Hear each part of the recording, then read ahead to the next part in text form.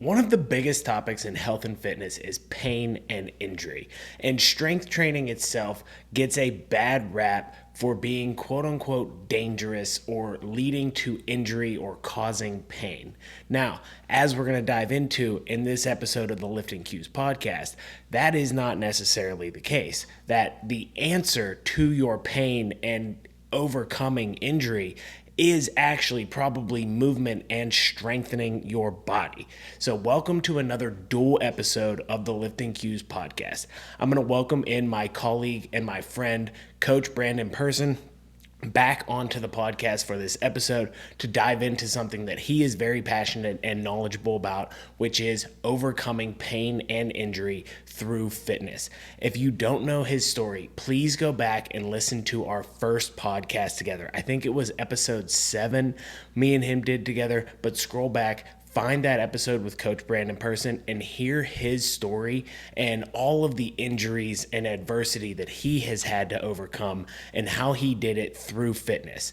And in this podcast, we're going to dive deep into all of that. Why, lifting is not actually that dangerous. What causes pain? What are all of the various factors? And then what are things we can do specifically for certain types of pain, for certain exercises that cause pain? We're going to dive into all of it. We're going to go through it all and help you get through pain, overcome your injuries, and get back to being your best self. If there is one thing that you can take away from this episode, it is please do not fear movement. Do not come in here as a lifter just waiting for the moment that you get hurt so then you can figure out what to do. We're going to talk about how lifting is not necessarily dangerous. There are various factors that will lead to you experiencing pain or things that cause an injury, and there is always a way forward. There is always a way to get through it. Your body is never broken, and movement is medicine. We need to strengthen our body to get ourselves out of pain and overcome injury. It is not going to happen overnight. It is not just going to happen by itself. And before we get started, as always, I am your host, Coach Quinn, aka Coach Q. I'm an online and in-person fitness coach who specializes in training and nutrition plans to help people reach their strength and physique goals, whether it is getting you to the platform and whether it's just feeling and looking your best. I am here for you, and that is what this podcast strives to do. If you lift long enough, there is a chance that you will experience some sort of pain. You may experience an injury. If you just live life long enough, there is a chance that you will experience some pain or some injury. So how do we get through that? We're going to go over all of that today. So let's dive into this awesome podcast, part 2 with Coach Brandon Person, fitness through injury and pain. Welcome back to another dual episode of the Lifting Cues podcast. I have Coach B back on the podcast. I've been really wanting to get this one done. We're going to talk more about pain and injury. If you don't know his story, and we kind of laid the groundwork for this in our first podcast that we recorded, please go back and listen to that one. Hear his incredible story and why he is the one here to talk about, lifting and recovering through pain and injury. But for the people that didn't get to hear the first podcast, Coach, why don't you just reintroduce yourself to the people? Yeah, I've been coach for about 3 years now. I did personal training and things like that before, but now I've developed a true passion for it. So now you and I get to work together now at the gym, and it's just trying to change and save lives. Within the last 4 years, it'll be 4 years. In 2 weeks, I had a tragic accident where I was hit by a truck on my motorcycle, and endured a lot of injuries during that, and had quite a bit of a challenging recovery from that. And then I've had several injuries before that, so that's what I'm going to get into today. I'm going to cover those injuries that I've had to kind of give you an understanding and connect with me on where I was at with those, and then hopefully I can give you guys some tips and tricks and just even some knowledge of better understanding how to help you throughout your recovery or even help somebody else through theirs. Yeah, absolutely. And that's, I think, what we all want to get to is we're all going to experience something if we lift long enough. And it's a matter of how we get through that, how we talk ourselves through it, and hearing from someone who works with people every single day and has gone through, more injuries than most of those people, is really, really helpful. But the most important thing we got to get to, this is the Lifting Cues podcast. We need an update on your training and lifting. What are you working on right now? What are the goals? What's going on? So goals, I'm not doing the powerlifting meet with you guys. My aim is to strictly try to work on my deadlift. Um, as you know, I've picked up the shoulder injury that you have handed down to me. Yeah, it's contagious. So I'm dealing with that. So not really focusing on pressing and things like that, doing what I can with what I got for those things, but really focusing on my deadlift right now and continuing to try to grow my squat.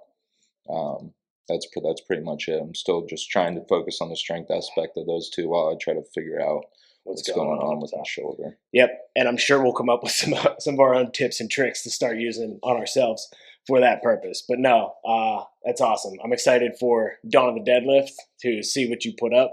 For those of you that don't know, that is a charity event that we put on at the gym for an organization called Link by Pink. Every year in October, we do a Dawn of the Deadlift event to raise money for that charity, and we all are going to max out our deadlift. So we'll see how that goes at that point. So you alluded to some of your experiences with pain and injury. Why don't you give a rundown of some of the other things outside of, the tragic accident, which again, go back and listen to that first podcast to hear all about that one. But what's some of the other things that you've dealt with and worked through?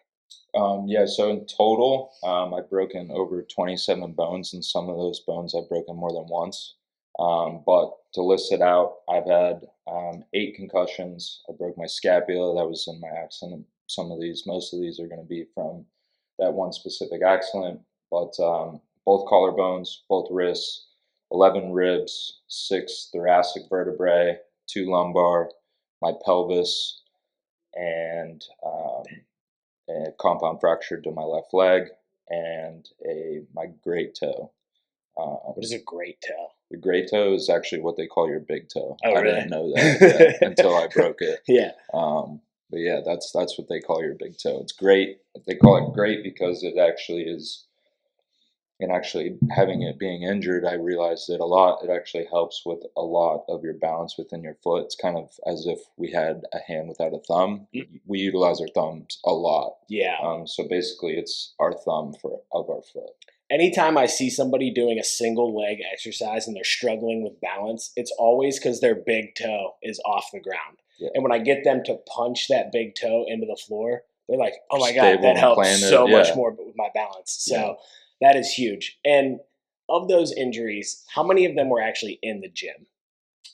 None. None. 0. So that's one thing that I want to set the stage for, is that we're going to talk about this a lot in the context of lifting. This podcast audience is a lot of people who want information on lifting.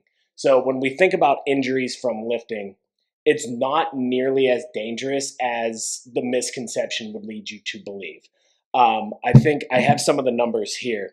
So you really don't see more than about 5 injuries per 1,000 hours of training in any type of training. So Olympic weightlifting, 2.4 to 3.3 injuries per 1,000 hours. Powerlifting, 1 to 4. Bodybuilding, 0.24 to 1. The highest you see is in like strongman competitions and traditional strength training, which most of the general population is doing. It's less than 1 per 1,000 hours of training. So I don't want you going into this podcast thinking, I'm just waiting to get hurt, or hearing that strength training is inherently dangerous for you and that you will suffer an injury.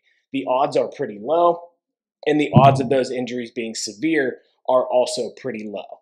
A lot of those injuries came from obviously a motorcycle accident, your BMX riding, those kind of things. So those contact sports, more people get hurt playing recreational basketball as they age as opposed to getting in the gym and lifting. And getting in the gym and lifting as we go forward is only going to help you avoid some of those injuries in the other things that you do.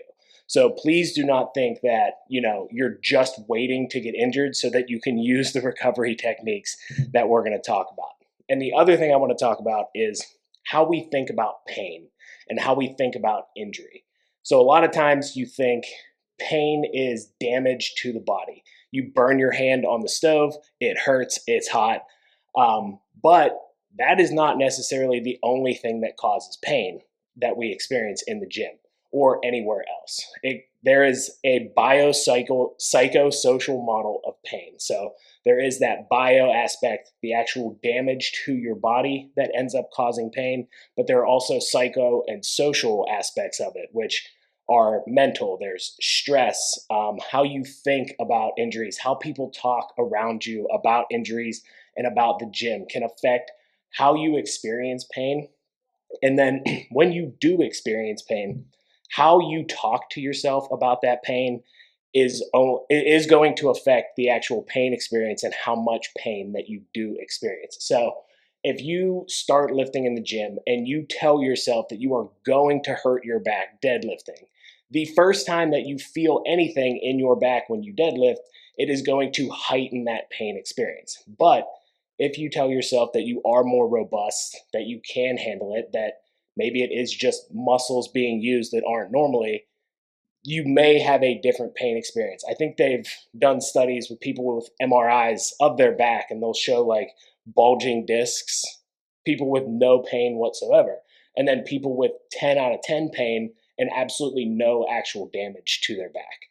So you may experience pain for a variety of reasons. It's more than likely a combination of all of these things, which, like I said, we'll get into. There's a lot of variables. Absolutely. So I don't want you to think that it is just one thing, and how you think about pain and injury really affects, that how you actually feel about it. And the first thing that we're going to start with is that movement is medicine. And I think what we get into is what they call fear avoidance. So you do something and it hurts, so I should stop doing that thing. Like, again, I'll keep going to the deadlift example because that's the most common misconception that people have is deadlifts are going to hurt my back. So that once you feel something in your back from deadlifting, you say, I should never deadlift again. Yeah, I'm hurt, can't do it anymore. Which in reality, we need to find that area to strengthen and move through that and actually run almost into the face of fear. And that's where I think that movement is medicine piece comes in. So why else is movement so important for injury and recovery? We try to get people to continue to exercise even if they have an injury or they're scared. The other thing is, like, a lot of people have never been hurt before or diagnosed with an injury, so it's very scary for them.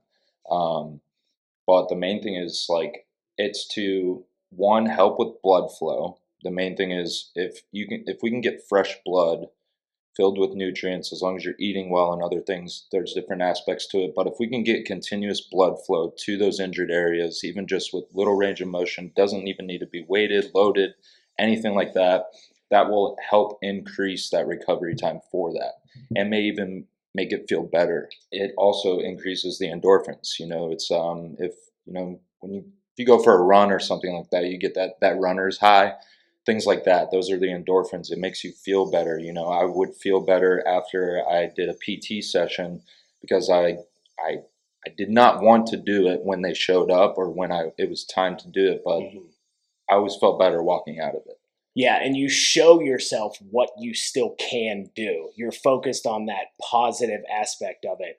You show your body what it's able to do, and you watch yourself make continued progress. So that is that psychosocial model of how you're talking to yourself while you're going through, rehab and continuing to strengthen that. You mentioned the blood flow to the area. Why is that so important? Why is exercise the main way to get that blood flow to the area? Because, one, you're activating those muscles or even the surrounding muscles around the injured area, which is one thing that I'm going to talk about. If you can't actually use a specific area, what can we do around that? That way we can get it to that general area. And it's also just like the oxygen and things like that, just the nutrient dense blood that we continue to have that is going to be continuously pumped through that injured area. Yeah. And at a faster rate. Heart rate's going up. You feel better. Just going to help that recovery time and enhance that. And then continuing to strengthen that area. So we're going to find the movement pattern that we are able to do with a minimal amount of pain, and then we are going to start there and continue to progress it.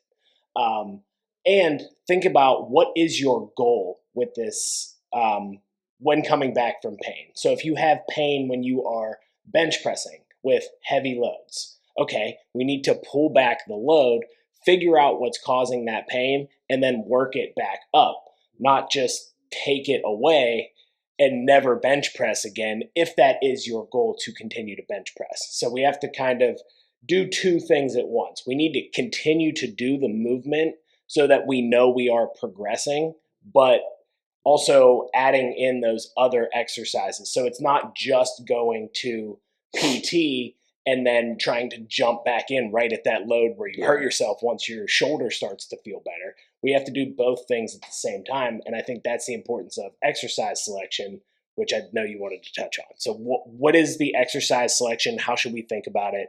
And where should we go from there? Well, it's kind of just like you said, it's figuring out what we can go back to that has minimal or zero pain. And we start that. That's our starting point. I like to refer to as like the stoplight. You have a green, yellow, and red light. The green light's zero pain. These are the movements I know I can do. As we start to get into that yellow, these are the variations to where I know that this is challenging for me, but it's also not exceeding my, pain threshold to where I'm not able to continue to do this exercise or perform any more reps. But given the exercise and the dosage of it is, you need to make sure that you're not exceeding that threshold just because you're strong enough or things like that. And that's what I'll get into as far as how to gauge that and figure out how to differentiate between the two, because you and I know damn well that we're able to bench 135, but when we hurt our shoulders, we bumped it back down to 95 pounds and then slowly worked our way back up. That's Right. because we knew we were able to do that weight and we still want to continue to bench press. So being able to jump back down to that green light and slowly work our way into it, and then adding other exercises to help strengthen the area and help give it that support, because maybe that's something that we need to think about. Based on your injury, are the surrounding muscles strong enough, or is it just that one injured area that could be the cause of why you got injured in the first place? Just strengthening, and then making sure that if you are unaware how to do this or how to gauge it, it's just finding a coach. This is what I'm dealing with. This is what I'm laid out with. And then we go through an assessment or whatever that may be. Right. And we have recommendations following that. Right. It's not enough to just say, this is causing me pain. I remember the other day in class, somebody was doing a single leg squat, and she goes, my knee hurts. What do I do? And I was like, well, where does it hurt? Yeah. When does it hurt? Going through that whole checklist of things. Is it a certain part of the movement? Is it when you get to a certain load? Is it when you hit a certain amount of reps? That's where we know we need to stop, continue to build at that still green light position. Maybe we push into yellow, but once you get up into that red, whatever that variable is that causes you to get up into red, that's where we need to start, and that's where we need to dive a little bit deeper and start to figure out the root of the problem and what's causing the pain or the injury, so then that we can start from that point and then continue to progress. The other thing that I would suggest is make sure that wherever you start at, that you have a progression plan and a progression ability. So a lot of people will do things with bands or, just pull all the way back and do like soft tissue work, which are good things to do, but they are not progressible exercises. Yeah, and they're not permanent fixes either. Right. Yeah, you're just kind of putting a, mask on the problem.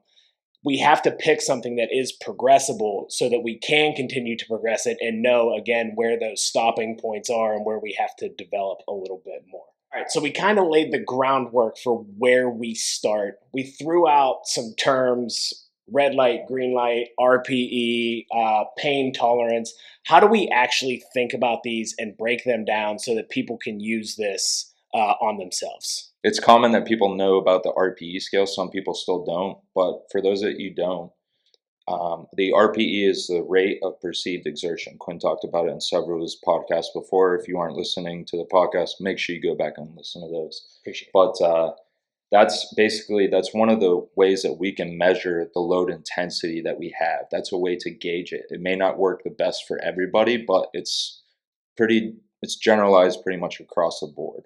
And then there's the RPT. That is the rate of pain tolerance that you have, and knowing that there's differences between the two. And like we said earlier, we know that we can bench a certain amount of weight, but my pain tolerance is at a 10, and I know that I can do 20 more reps, but I don't want to blow my shoulder out or cause any more injury. So what that looks like is the RPT is graded a little bit differently. So you have your 1 to 5. That's your green light, right? So that's more than 5 reps from exceeding your tolerance threshold. You're able to do more than that. And then you get into 6. You can only do around 4 more reps in a tolerable manner. Rating that all the way up to 10. 9 being you can only do 1 more, but 10 being, I could not have done another rep without it absolutely being a 10 out of 10 on the pain scale. So that's that green to red light. Yeah, and it's not to be mistaken with that point of failure that RPE is. So for the RPE, it goes 1 to 10, 1 being sitting on your couch watching Netflix, 10 being the hardest thing that you've ever done. And we know that like a decently hard set should be, a minimum of like a 6 RPE. But that is those 4 reps away from failure, or, 60%. But this pain tolerance is saying when you actually are starting to experience pain that exceeds a certain threshold. Because when we're trying to come back from an injury, there is going to be some pain experienced in the movements. If anyone's ever had surgery and had to go through, the physical therapy of that, there is going to be some pain, but we don't want to exceed a certain threshold because it may end up causing more harm than good. We want to do enough to get the adaptation, but making sure you're keeping in mind that pain threshold. I'm actually working with somebody now who is recovering from rotator cuff surgery, and her PT said to her, I don't think you're a very good gauge of pain.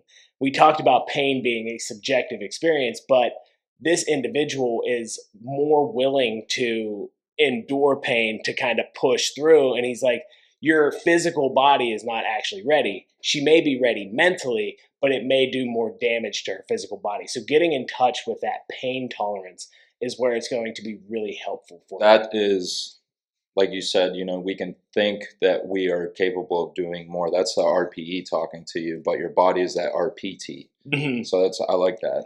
Yeah. Trying to marry those two things of like, this is what I know I could do if I push through the pain, but being able to bring yourself back and saying, I'm experiencing pain for a reason. I need to pull back, still get enough stimulus, but make sure that we can get through it. So now let's dive into a couple of the common injuries that we see, a couple of the common lifts that we see injuries occur on or pain occur on, and talk through kind of what to do about those. So where do we want to start? So typically, I'm going to start with the pressing. A lot of the things that we see is people having like tendon issues. So tendinopathy, they're painful conditions that are in or around the tendon. You have 2 of them that they categorize them right now. It's tendonitis, which is the acute stage of it, and then you have tendinosis, which is kind of the degenerative part of it. But there's recent evidence that suggests that it may not, you can have these things, but there may not be an inflammatory response to those. So they kind of just refer to it as a whole as tendinopathy, and then they have it rated on like a continuum. So you have your reactive, which is a non-inflammatory, and that's like a short-term response that may happen in 1 rep, and by the time you rack the weight and get back up, it feels fine. So basically, in the moment kind of thing. The disrepair is the continued breakdown if being excessively loaded. So if if we lift for a long continuous time, we start to feel that progressively get worse, maybe. And then degenerative, that's when you have a combination of pain, swelling, and impaired performance. You can no longer do some of those things. Um, And is that where you get the inflammation? Is that what you're talking about with the inflammatory response? Is seeing like actual damage to the tendon or the muscle? Yeah, or it could even be by feel, you may not be able to feel it, but sometimes, for instance, let's use like a muscle. You could feel a knot in there or something like that. You can feel some sort of, I'm sure physical therapists have a better analogy for it because they probably see it a lot more just with the cupping and scraping and things like that of just the tendons. But yeah, you'd be able to, if not see it, you'll definitely be able to feel it by the touch, whether there's, some sort of Tightness, for yes, lack of a better word. Yeah. abnormal, yeah. Yeah. Yeah. So tendinopathy, a lot of people will definitely experience this, especially you guys out there that have been doing bicep curls for a really long time. Elbow tendinitis or tendinopathy, I think, is a pretty common thing. I get it a lot. I definitely have it in both of my arms. So my bench pressing is a very interesting experience for me. I have to do plenty of bicep curls in between, um, making sure that I'm doing soft tissue work to kind of roll that stuff out, get blood flowing to that area. That's the biggest thing with things like foam rolling, and that pressurized massage and stuff, is it's really just getting blood flowing to that area and the oxygen flowing to that area to help it recover and feel better. But that is a pretty common thing. What are the causes of this type of an injury? So it's usually just overloading the tendon too quickly at times, especially for some of our students. They feel strong or they're happy or, they're hitting PRs continuously and they may not make that proper progression to either warm up or, they're not warming up efficiently or effectively. Um, but it's not that you did something wrong, but it just may be that you have done something too much, too fast, or too soon, or Mm-hmm. all of the above. But to overcome those things, you need to modify the way that you're performing it. So that could be, um, exposing yourself to a lighter load and then slowly progressing back into it, which doesn't take that long. If you can catch things like this at the acute phase, it helps that you are aware of the feeling and that you communicate with your coach so that we can help better you. Um, and make sure that it doesn't progressively get worse into that disrepair degenerative stage.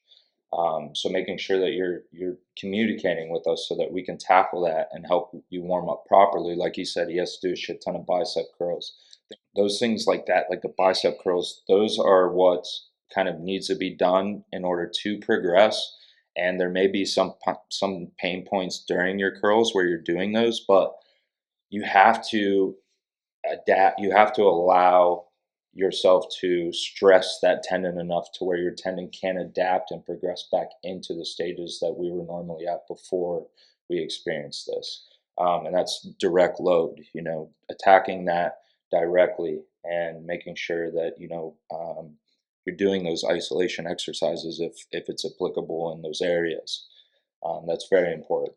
Yeah, it's not not the avoidance model of pain, but what I'm doing when I'm trying to do bicep curls and things like that before I bench press is my bicep gets very tight, and I don't know if it's like it being overactive or something along those lines. But I think what I do is I end up fatiguing that muscle so that when I'm bench pressing, it is doing less work. Like it's more fatigued so that it just kind of relaxes as I bring the weight down, which makes it feel then a lot better. So it could even be something like that. It's tensing up so hard that that tendon just gets stressed out in a way that it should not be.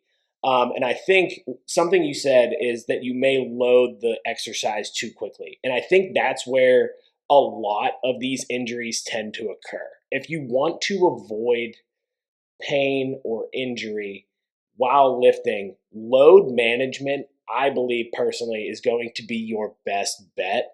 A lot of people think it's form all the time. They're so concentrated on, I need to have perfect form. I need to have perfect form. What this does is this leads to, again, a fear of movement, in that if your form ever breaks down at all, you feel like you are going to get hurt. Go into any gym, go on social media, you'll see some ugly ass lifts, and people walk away from them all the time. Go on my social media, watch some of my deadlifts. They're ugly. My back feels great.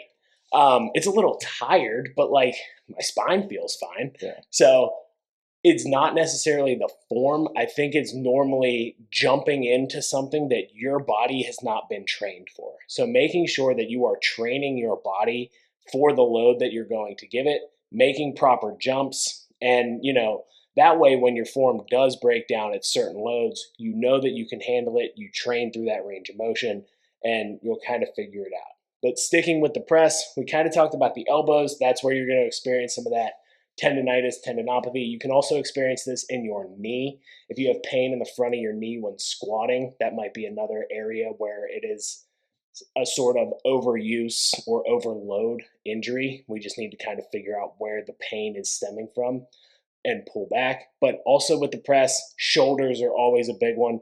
Both of us know this better than anybody, so this should be fun. What about shoulder pain during the press?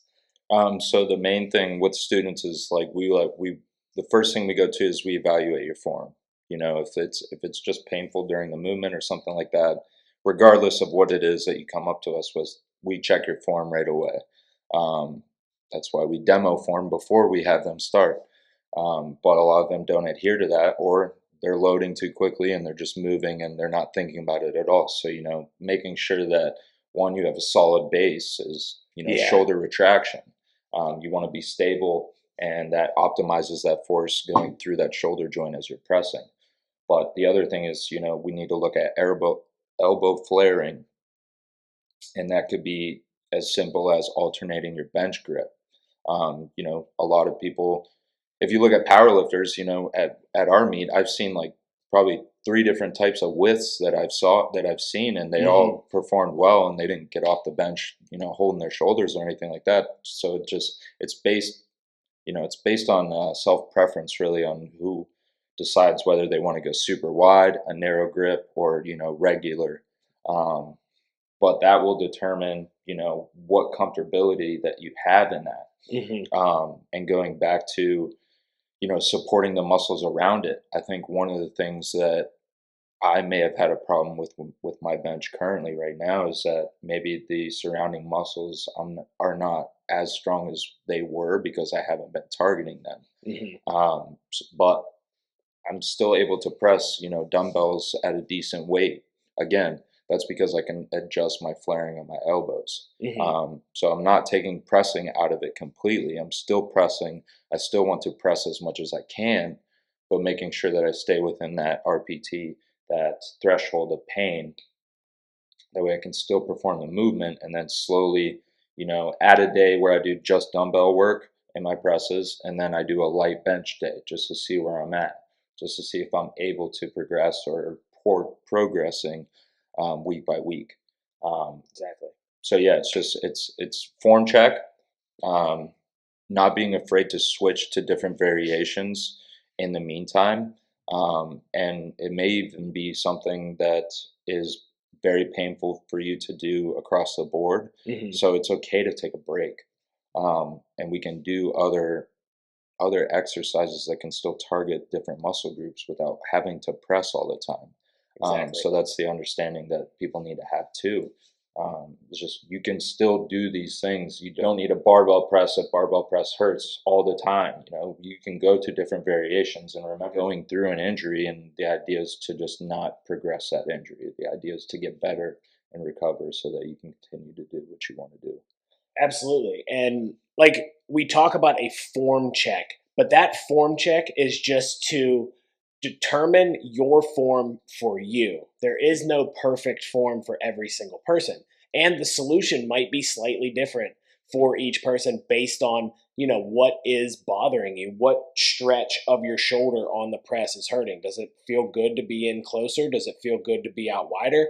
Whatever that is for you is just fine, but it's just a trial and error process of finding what is working for you. And once we get the form to that point, then we start with load, then we start with volume, and we just keep progressing from And even there. if form is good, let's look at range of motion. Your form might be great, but it might hurt down at the bottom. Hmm. Okay, we can adjust that. Let's do a floor press or Yeah, a pin press, things like that, to where I don't have to put you in that painful range of motion, but you can still perform the movement with a heavier with a load. heavier load. Yeah, that's what I did for a really long time. Is I was light bench pressing on one day and then heavy floor pressing on another, because when it didn't stretch, it didn't hurt. Yeah. So I just came down to halfway, pressed it right back up, and felt really, really good. So these are these trial and error things. All right, let's talk about the big one. Let's talk about the deadlift. Is everyone's back just going to break? Yeah. So a lot of the things, a lot of people haven't been hurt or injured or things like that, or they might not even experience soreness. So it's asking yourself or talking with a coach, is your back sore or is it hurt? Is it sore or is it injured? Differentiating the two. And the reason that people don't know this is because we have been so conditioned to never feel anything in our back. You're conditioned to pick every single thing up with your legs, never do a single thing with your back. So as soon as you end up picking something up in a way that is not perfect according to, mainstream advice to you, you're like, oh my God, my back. We need to strengthen that. The back should be strong enough to move. The spine is mobile. It should be able to move through ranges of motion. It is your whole support system for your upper body and your whole body, really. So it should be strong. We should be able to do things with it. So understanding when you start lifting, I don't know how many people we talk to that they're like, I feel this in my back. Yeah. And I'm like, Good. it's because you've never used Yeah. it before. You're That's using a muscle. okay. If it's What if is it? it's So what is the difference between soreness and injury or like pain? So soreness, you can think of it as a sharp lower back pain. But for us, it would just be soreness. But for somebody that hasn't done this, it's a sharp pain. They haven't felt it before. They're scared as shit. Never use their back properly. Uh-huh. So it could be that, or a sudden loss of range of motion. It feels a little bit harder to get up out of bed the next morning. It's little things like that, but it's most likely 90% of the time not serious. But the red flags that you need to look for to where you are injured, you are messed up, is things like that are more serious: severe headache, blurred vision, loss of vision. You have difficulty controlling your bowels. You're pissing yourself. You have numbness or shooting pain down both of your legs. Yeah, one or both. Any shooting pain for Yeah. sure would be a red flag. Yeah. Changes in sensation around your genital region. But if there's none of those things going on 90% of the time, it's that pain can go away in 6 weeks or less. As long as you're not afraid to continue to do hinge movements and things like that. I've had one of my clients do rack pulls. And she hasn't done that before. It was new to her. She came in the next day and she was crying to me. She thought that her back was fucked. Mm-hmm. I fixed it in 5 minutes. I put her through some, we did some Jefferson curls. We did things just to stretch out erectors because they were tight. Yeah. She hasn't experienced something like that. It was new. Your body hasn't had enough that time stress to adapt to it. It hasn't had enough stress on that muscle. Yeah. So you end up damaging said muscle, especially with something like a rack pull. You use a lot less of your legs. Yeah. It is mostly an erector exercise.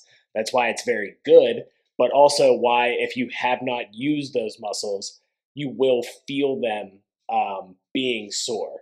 So soreness is not necessarily an indicator that you did something wrong. It is either that you did something new or you just did too much at one time. If you're doing something new, you're going to be sore.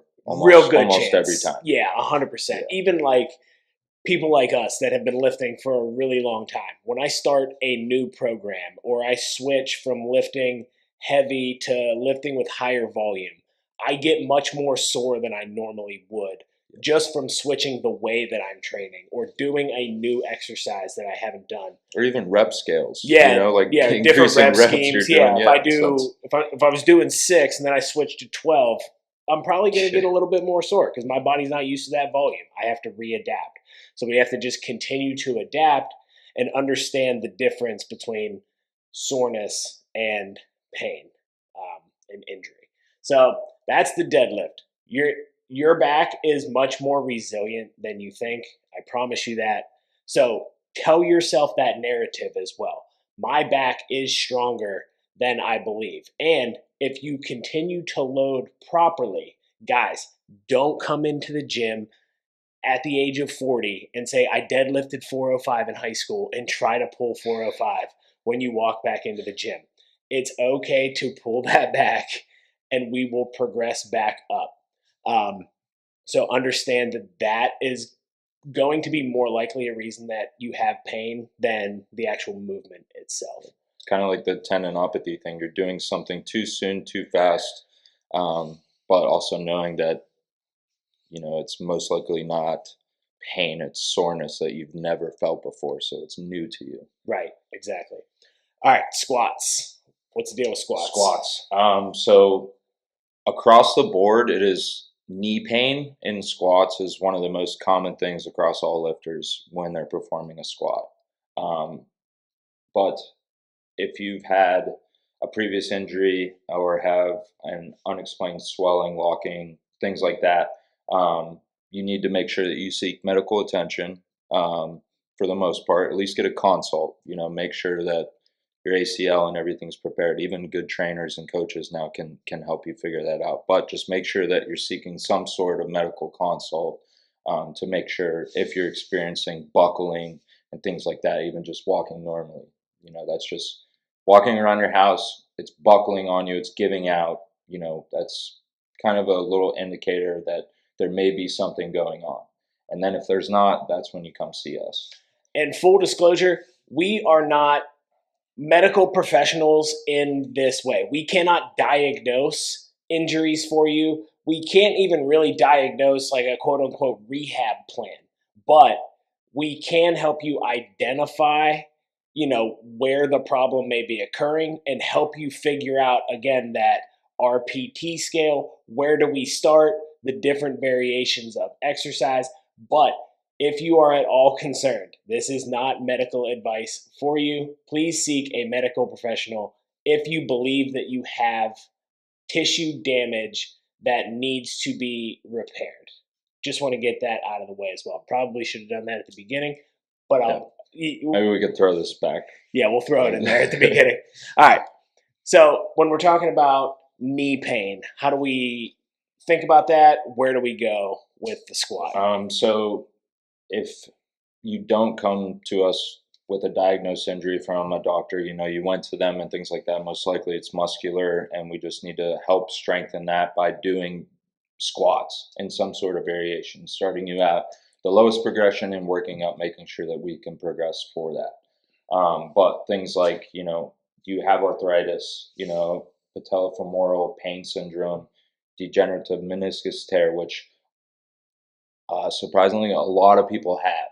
A lot of people have that, regardless if it's a diagnosed injury or even if you have zero pain, you're most likely degenerative.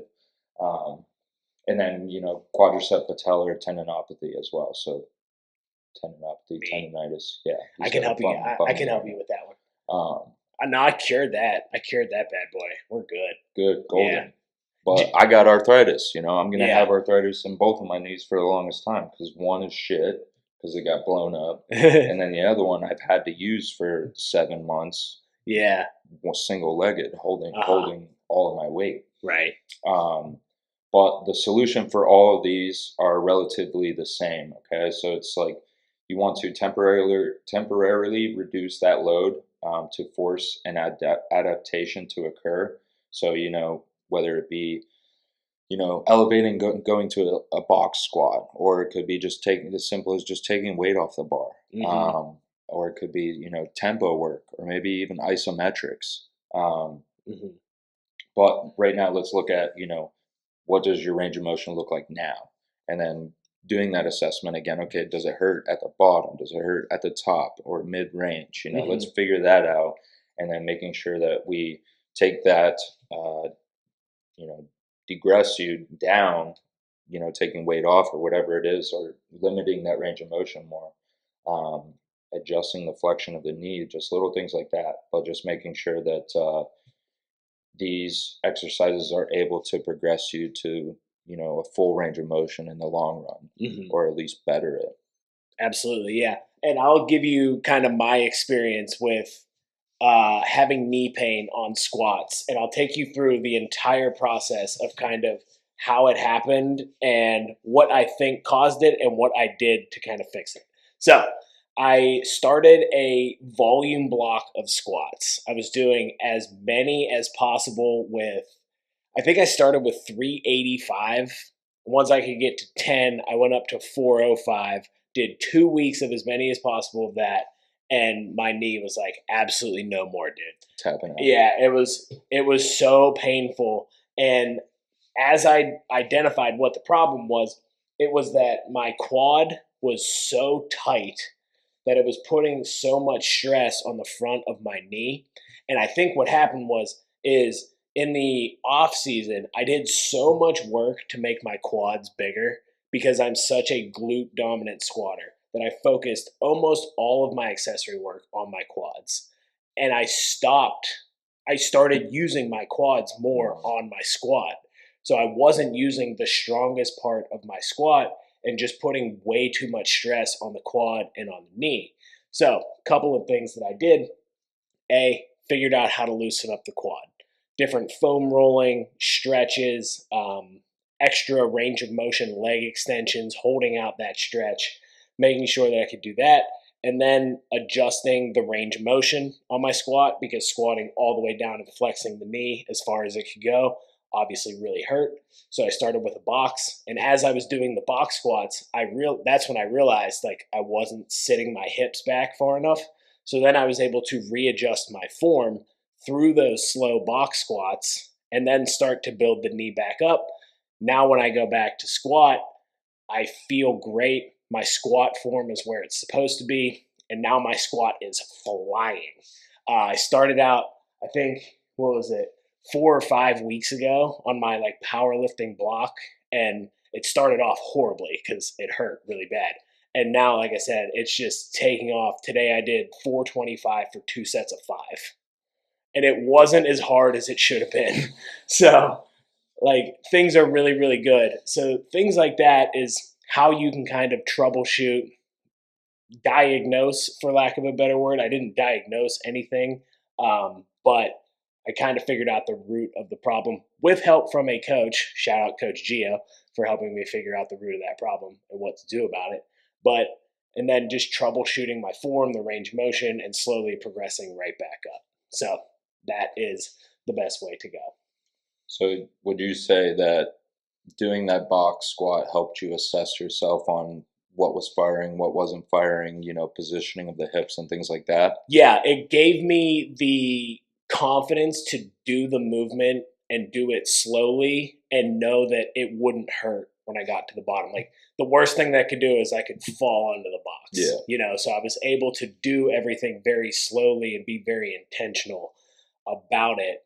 As you lift more and more, you will develop better proprioception, and that is the ability to feel where your body is in space and feel different parts of your body. So I have a very good sense of that. Trying to develop a good sense of that is a great way to help yourself, but also that's where a coach can come in as I watch you move with your limb lengths and the way that things are happening, assessing, asking you how you feel helps me, adjust your form for you. So it helped me adjust my form for myself. Yeah. So, you got a coach, you got assessed, your pattern was different. You had to fix that. Other things to take an account for, it could be, bar positioning.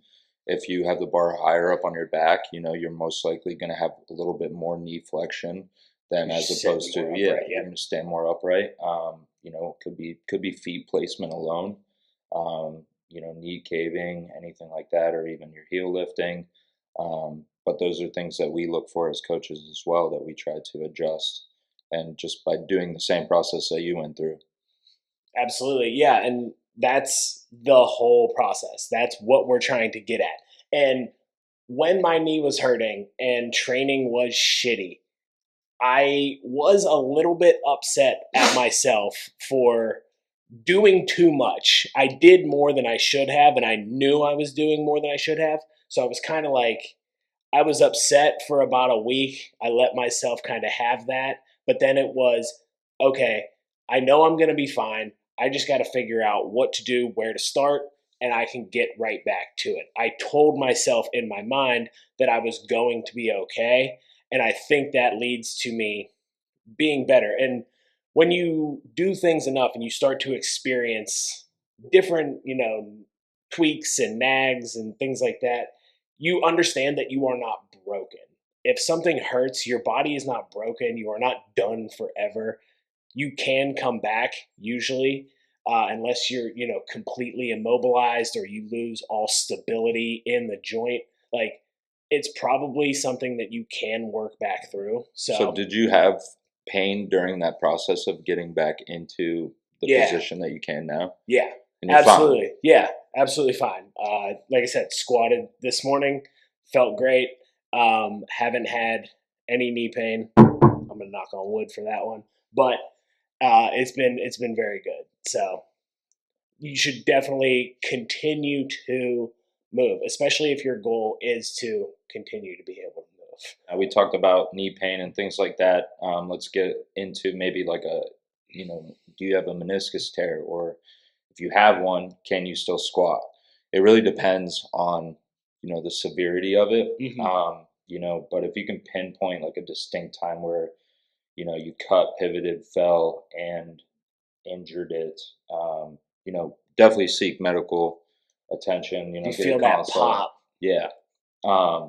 But if you've never suffered an actual injury and aren't experiencing, buckling, locking, and you went and got an MRI just because something feels off, and it shows that you have a meniscus tear, it's actually exercise is the best option for you right now, specifically the squats.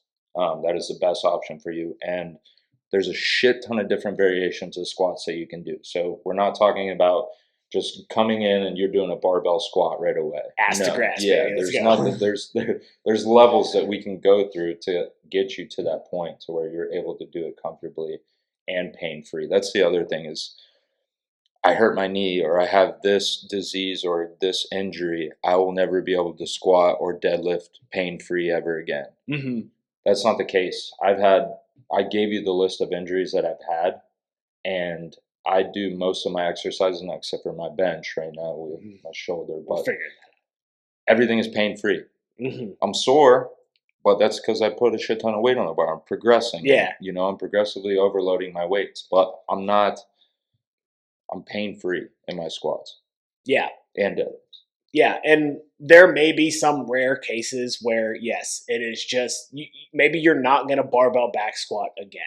And that's okay too. If you don't want to become a competitive power lifter like ourselves, then that is totally fine. You don't have to, but we can do some sort of squat pattern. If you want to be able to get out of a chair for the rest of your life, that is a squat pattern. So we need to figure out how to get the knee to do that in some form and fashion. So that is why it is so important. And with the meniscus thing, I can tell you from experience, I tore part of my meniscus when I tore my ACL, and they didn't even repair it. They just cut the damaged part out and said, you'll be okay. They repaired the ACL, obviously, but yeah, just cut part of that meniscus out, said, yeah, you'll be okay without just a part of this. So even with like back up. The athletes, the study that I found that 43% of the athletes that had zero pain, no pain at all, 43% of them showed that they had some sort of meniscus tear Mm-hmm. on an MRI. Yeah.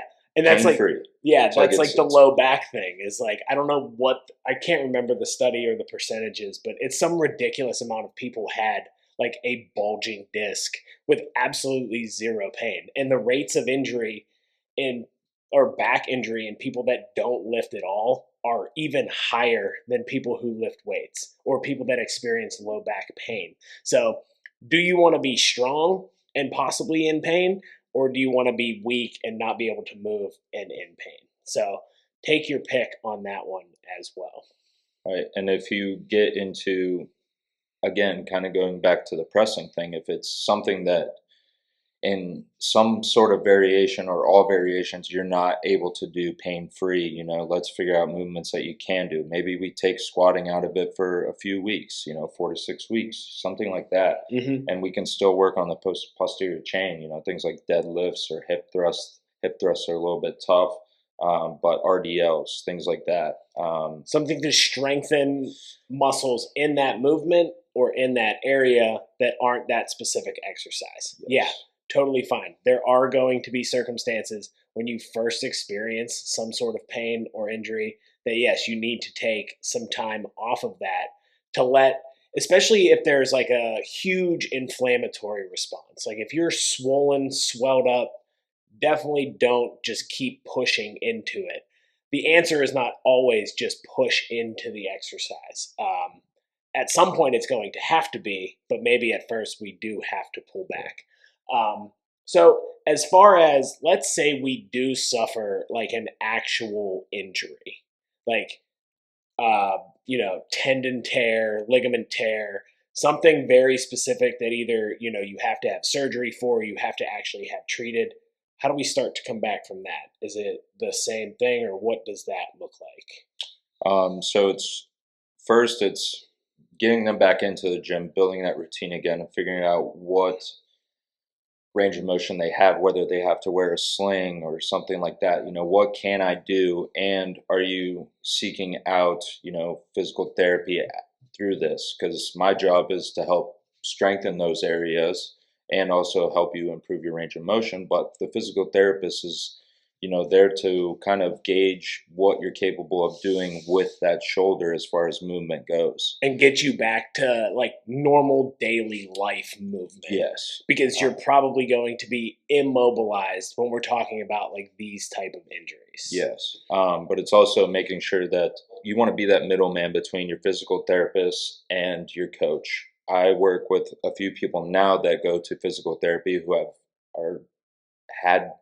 procedures done that are very delicate, and it's making sure, one, I trust the physical therapist because I've done all of my rehab through them, but it's just communication between me and the physical therapist, like, hey, how's he doing with you? What are you seeing the progressive movements being done there? What do you think the next step would be? Or should I lay off of this while you can work on him during these movements, and I can still work those muscle groups, but just take away this movement. Yeah. Flexion of the spine or anything like that. What needs to be in one place while it heals and recovers, then we can start to move it, from that beginning stage again. Yeah, Yep. and it's also based on the injury and the person too. For me, I have a lot quicker recovery time than what the doctor would give me. One, because I was healthy before I got injured. So that helps with my recovery, which is why resistance training needs to start as soon as possible. My daughter, she started when she was 6. She doesn't do it every day like me, but she's deadlifting, she is squatting with good form, great depth, no pain. But that's something that I'm going to continue to push on her. And guess what? She just completed a soccer league over the summer, no ACL tears, anything like that. Probably because she's able to squat and her hamstrings are strong and her quads are strong, knees are good, because that's one of the most common things with soccer. But I wasn't scared to sign her up for things like that. But that's one of the most common injuries that you see within soccer is just ACL tears, and they suck. Let me tell you. Yeah, I bet.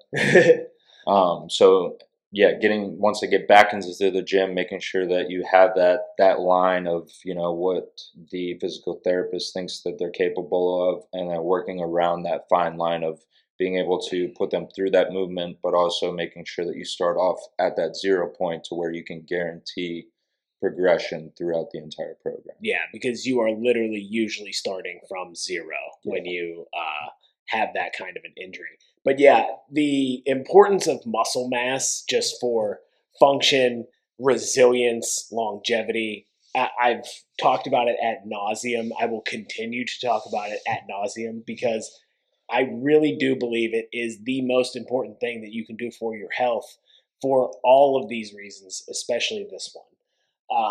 And with that, with building muscle, coming back from injury, what should our nutrition look like while we're going through this process? Right. So a lot of my injuries were, fractures and things like that. I haven't had, um, to my knowledge, too many tendon issues or things like that. But, making sure that one, pretty much across the board, everyone is not eating enough protein as it is. When you are healing, protein is essential. And one thing is like, if it is a bone injury, fracture, something like that, to where there's extensive healing needed to be done, you cannot, I don't suggest that you be in a caloric deficit. That is the time where we need the most nutrients and the most, fuel for our body to heal as possible, to get fresh blood, nutrient blood to those things, as long as you're trying to move adequately and if you're able to. And we're already talking about a stressful experience. Not only, stressful to your physical body when it's trying to heal you, but stress in your mental state as well. Again, we talked about that psychological part of pain. You're dealing with something that is stressful. Don't stress yourself out more by trying to be in a diet and worry about losing fat. Yeah. Your main concern is getting pain free, getting back to full health so that you can continue to move and then reach your goals throughout all of that. So don't put your body in an added stressful state by trying to lose fat while you're dealing with, especially if it's something, pretty severe, but even just when you're in pain, maybe that is a time, hey, let me just go to maintenance, Yeah. give myself a little more food. I'm not going to worry about, tracking every single calorie. I'll track my weight, make sure I'm not, going the wrong direction Yeah. too far, but giving yourself the fuel that you need and just taking that stress off of your mental and your physical body. Yeah. And based on the severity of it, like you said, is, you know, there may be even an instance where you need to be in a surplus. You need to be trying to eat as much as you can. And for instances like mine, for example, I was trying to eat, 2 to 3 grams per pound of body weight that I had, because I lost 55 pounds in the process. I've lost, in 3 months in the hospital, I lost 55 pounds. That's due to all the medications, my inability to eat. I couldn't feed myself. So it was annoying to have, I'm a people person. I don't want somebody to have to take their time out of their very important job. They're out here to save lives and things like that. I don't want them feeding me. So I did not eat from their hand. And it's just it's frustrating when you get into these things. So just making sure that it is okay to eat. It's okay to eat, and you most likely need to eat. And then if you're on those medications and things like that, most likely the bacteria in your stomachs are not optimal. So making sure that you're getting pro and prebiotics and things like that in there too, because opiates and just painkillers and things like that, they just eat that gut up. And you need to make sure that you're doing those things, as well as helping me make sure that you have bowel movements. It took me a while to get that. Again, I won't go into that story, but that was fun. And then things like, if you run into tendonitis or things like that, having omega-3 fatty acids, um, that will be beneficial. But creatine, that will help reduce the frequency of dehydration, muscle cramping, and help with bones and tendons. Antioxidant rich fruits, and things like that would help as well.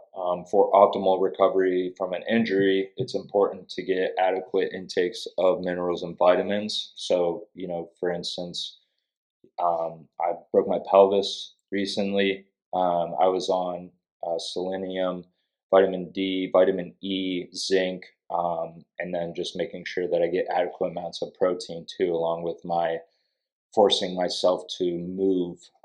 Because if you are sedentary during your healing process, most likely that healing area is going to adapt to whatever position that you're holding yourself into for a long period of time. So if I wasn't moving and my pelvis was fractured, it's not going to heal back together in the normal form or what it should be. For you to perform daily movement. Yeah, Correct. sitting down. Yeah.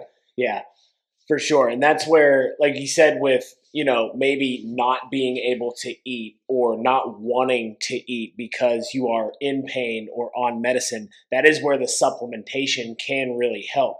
Protein shakes to get that protein in, make sure that you're getting enough.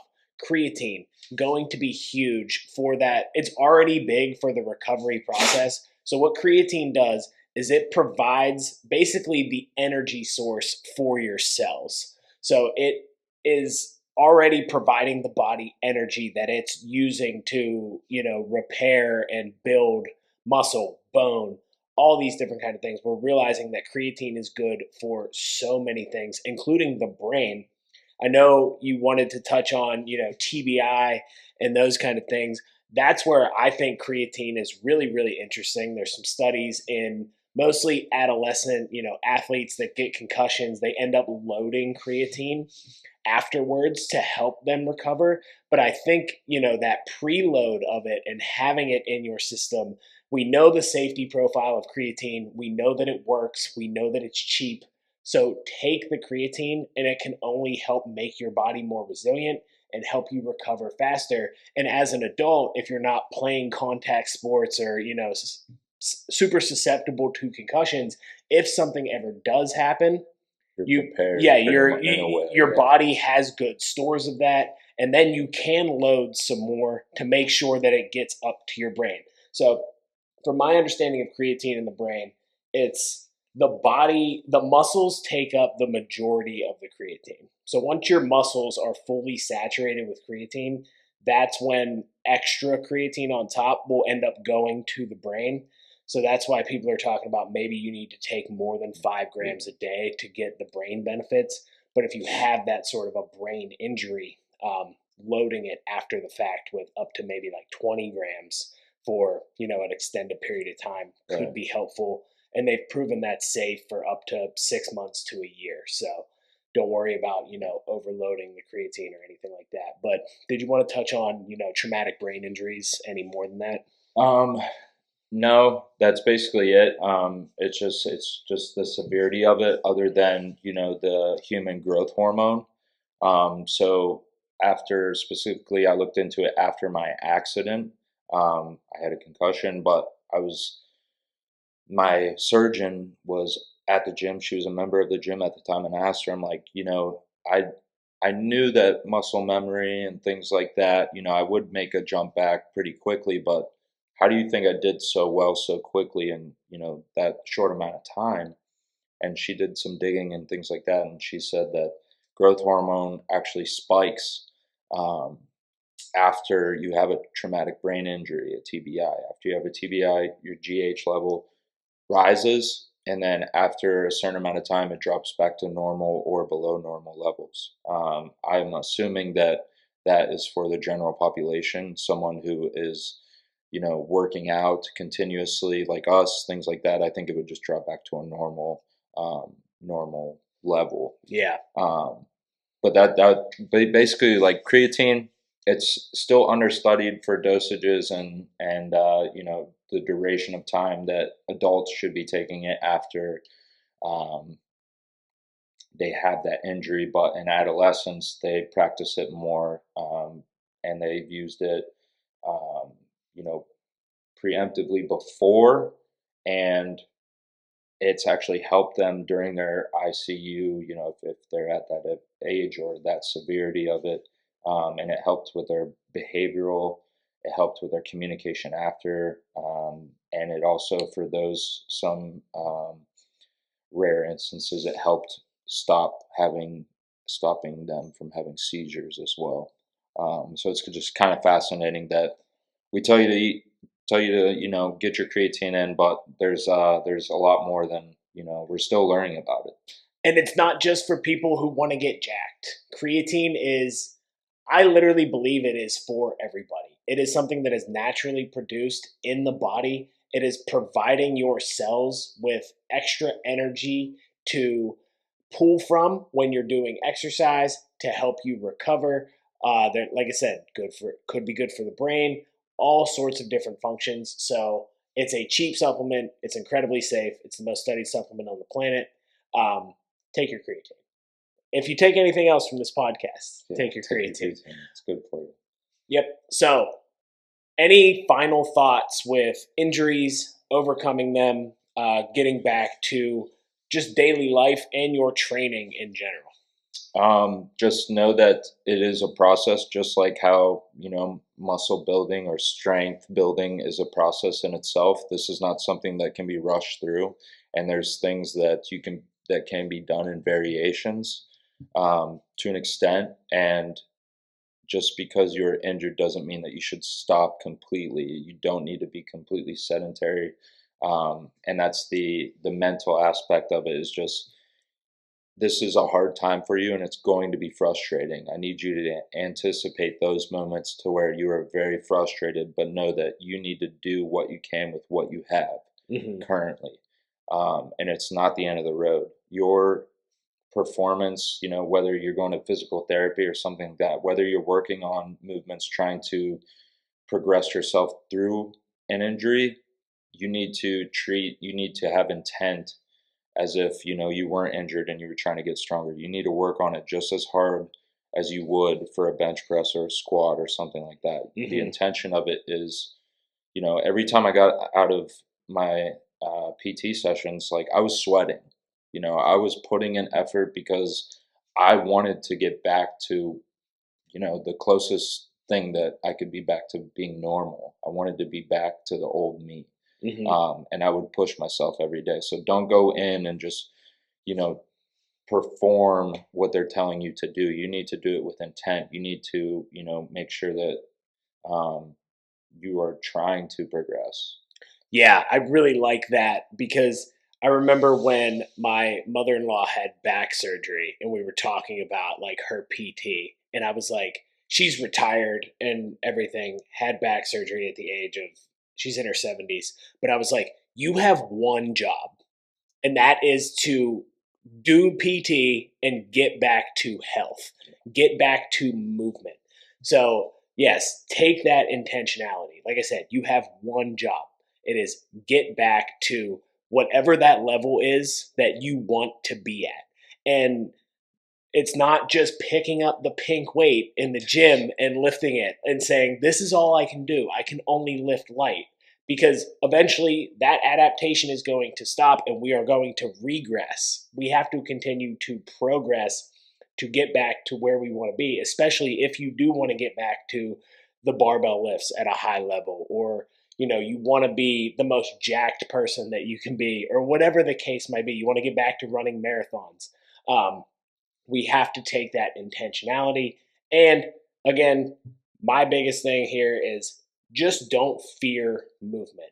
Understand that there are a variety of reasons. There is the body, the physiological reason for pain, physical damage to the body, but there's also emotional stress, your sleep, your recovery, what you're dealing with your job, how you think about pain. The old guy in the gym told you your knees are going to hurt if you keep squatting. Eventually, your knees are probably going to hurt. But if you tell yourself that you are resilient, you can get through it. And when you deal with pain, that narrative that you tell yourself of how you're going to get through it is probably the most important thing to getting back. If anybody can show how to do it, it is you. Again, last time we talked, we told the whole story. This man deadlifted 550 pounds at a powerlifting meet. And if you remember all the way back, He broke his back twice in 2 different places, and he still deadlifts more than me. And I'm not entirely sure how, but it's okay. I love that. That's awesome because it just shows what is physically possible if you continue to take those steps and do the right things. So, anything else for the people? No, thank you. Yeah, tell them where they can find you. You can find me at Erie Fitness Academy. You can find me on Instagram at Coach Brandon Person or Facebook Brandon Person. All right, man. I appreciate you doing this. This is great. Let's do it again sometime. Awesome. Thank you. Thank you so much for listening to this episode of the Lifting Cues podcast. I hope that you took as much away from that episode as I did, learning more about Brandon's story and how to get yourselves through pain and overcome injuries. If you did like this podcast, please like, rate, subscribe wherever you get those podcasts. Follow me at CoachQ_fitness on Instagram and follow me at Coach Q on Facebook. Send me a DM. Ask me your lifting cues because that is what I am here to do. I am here to answer your lifting questions. I want to make sure that I answer them. I will answer them right here on the podcast. So reach out, ask your questions, and until next time, lifters, stay healthy and get after it.